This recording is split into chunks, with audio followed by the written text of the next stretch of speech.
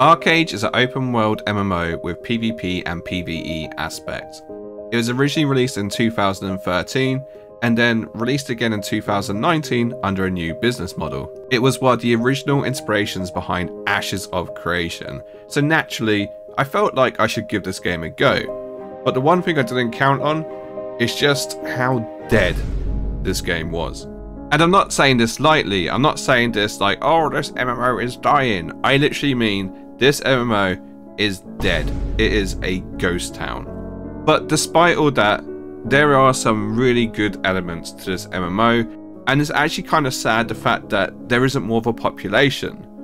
So, if you want to find out what happened to ArcheAge, why it is so inspirational, and what can cause the downfall of an MMO, then stick around as we delve a little bit deeper into ArcheAge and ArcheAge Unchained.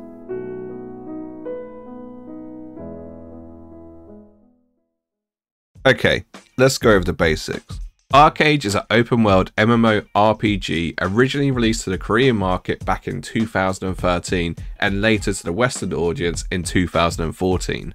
It has a tab targeting combat system very similar to World of Warcraft. There are 6 unique races with 364 possible class combinations built from 14 skill sets. It has one of the most in-depth player creation screens I've ever seen.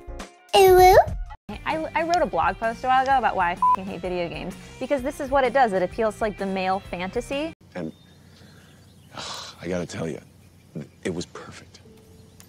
Perfect. Everything, down to the last minute details. This might possibly be the first Korean MMO to allow you to make an ugly character.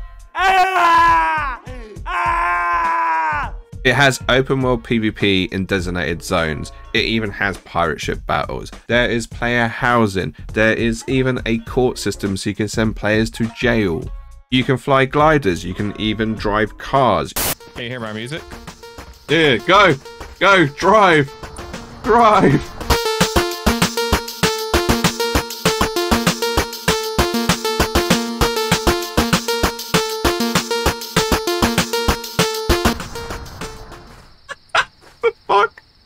I can't even see you. Oh no. Did he survive? Is he?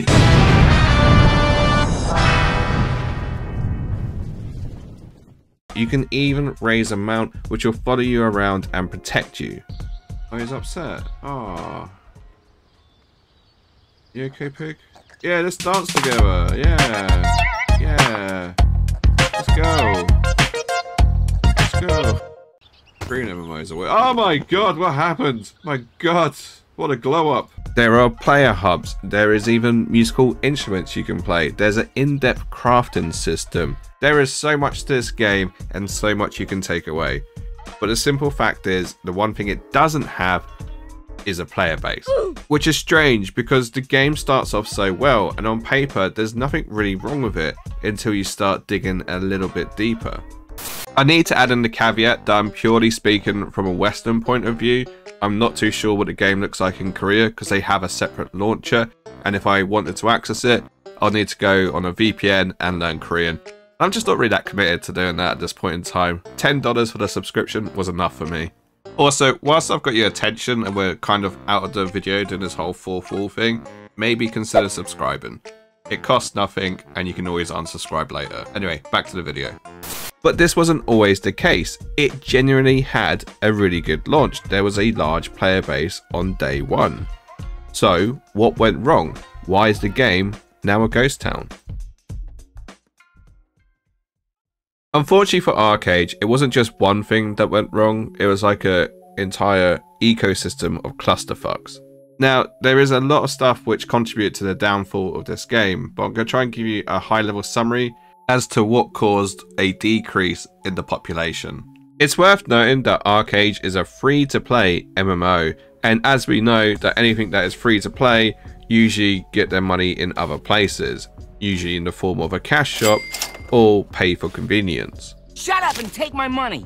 The first sign of what was to come was the fact that you could buy founder packs to get early access to this game. And I know what you're thinking, This sounds awfully familiar to current business models of other MMOs that are in development, and you'll be right in thinking that.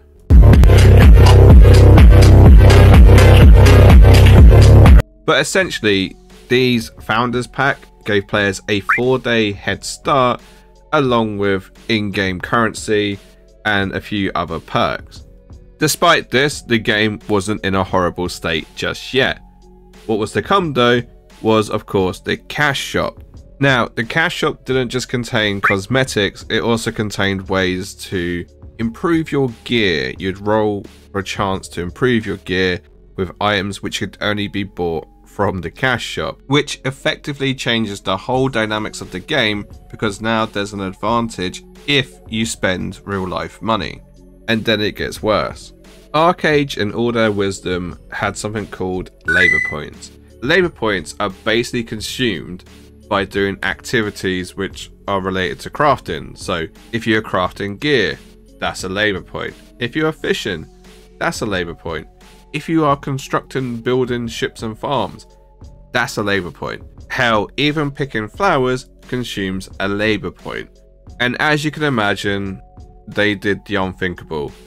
They monetized labor points. You had a limited labor pool, so you couldn't just keep getting an infinite amount of labor points. You were capped at 5,000 if you was a patron subscriber, or 2,000 if you're free to play. So what could you do in a situation where you run out of labor points? You guessed it, work hard and just earn some more. I joke, you go to the cash shop and you buy a labor potion, which will literally give you more labor points. They monetized crafting. And then the final nail in the economy coffin was the fact that there were duplication glitches. This then caused items to go up in price by a huge amount because gold was so freely and readily available. It essentially just crashed the game's economy. Why? So serious? So to recap, this free-to-play game suddenly wasn't very free to play. You needed to be a whale to even be competitive. Naturally, the game was becoming very unpopular very fast. No one wanted to play in an economy where the whales ran it. And the devs started to notice that players were dropping off. So how did they react to this? You guessed it, with fresh start servers. Oh, and they also limited the cash shop. But as you can imagine, this is a free-to-play game, so by limited, it wasn't very limited. You could still drop money to become overpowered. With the message being very clear from the West that they didn't want a pay-to-win game, ArcheAge took one more stab at it, and they released ArcheAge Unchained, which was exactly the same as ArcheAge in every sense apart from two things. The first being, this game was no longer free to play. You had to do a one-off payment to play the game. And the second thing was, the cash shop had been revamped. There was no longer pay to win in the cash shop. It was just all cosmetics. Naturally, there were mixed reactions. I mean, why are people paying for a game that was initially free? Once again, there's fresh start servers. So the overall population was very divided. And then a very short 2 years later, the business model for ArcheAge Unchained would change again. And this time they were introducing a mandatory sub to play the game at $10 a month. The population was once more divided on this hot topic. And just to confuse the situation even more, between the release of ArcheAge and ArcheAge Unchained, the actual game publishers switched hands several times. The original publishers, Trion and XL Games, sold out to GameAgo, who then sold out to Kakao. So just imagine being a long-time fan, playing since day one, and witnessing all this fuckery happen. And even if you weren't a day one fan, just being amidst all the change, all the constant refreshes, the pay to win, it's no wonder the population is dead.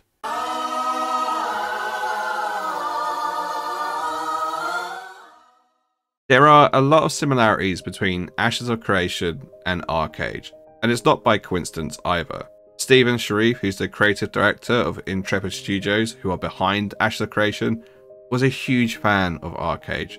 And it's safe to say this game left a mark on him, because when it did start to go downhill, he decided to go ahead and create his own studio and make his own MMO, based on his experiences from ArcheAge, amongst some other MMOs. Today, we celebrate our Independence Day. Recognise the voice? Well, that's Stephen giving a speech in ArcheAge before a epic battle. To quote Stephen Sharif, ArcheAge made me loathe RNG monetization gimmicks. And that is exactly why Ashes of Creation won't be pay to win, because hopefully Stephen has learnt that pay to win and over monetization actually kills MMORPGs. And it's worth mentioning there was a lot of great systems in ArcheAge, which I can only hope will make it over to Ashes of Creation in one form or another. So even though ArcheAge has turned into somewhat of a joke, it's good to see that it could potentially spur on the next great MMO. Oh, and I forgot to mention, they are making an ArcheAge 2, and who knows how that could end up. But the good news is, Kakao Games will be the one publishing ArcheAge 2, unless they sell it on. And just by looking at Black Desert Online, we know that, okay, they can monetize games, but at least they're slightly more reserved than ArcheAge ever was. Slightly. And funnily enough, just as I'm editing this video, there's another announcement, which was ArcheAge Classic. Oh boy, I wonder what this will be. Fresh start servers, but Classic ArcheAge? I mean, I don't know how many times you can restart a game before you realise it's not going to help it out. New World, pay attention. So, yeah, let's see what happens next, I guess. ArcheAge was truly ahead of its time when it came out in 2013. It was truly ambitious in the new systems and mechanics it was introducing to MMORPGs. However, like most free-to-play games, it always has that Achilles heel, which is it needs to make money. And although some games can be free-to-play and still have a reasonable cash shop, unfortunately ArcheAge just got too greedy and the developers just didn't act fast enough. Throughout its life, it's been reacting to problems as opposed to being more proactive and stopping the problems from occurring in the first place. My time in ArcheAge has been very brief, although it has been enjoyable, and sadly, if there was more players, I might stick around, but there isn't, because they burnt their player base so many times that they upped and left. And so, my journey continues to try and find a decent MMORPG to play, and sadly, ArcheAge just isn't it. But hey, at least I got a glimpse into the inspiration behind Ashes of Creation. And on that bombshell, I'll end the video. By all means, if you want to add your feedback, please do so in the comments below. If you want to see more of my content, feel free to subscribe. And if you want to see me play more dead MMOs, then get this video to 69 likes. It's that easy. And on that, I'll catch you in the next one. Bye bye for now.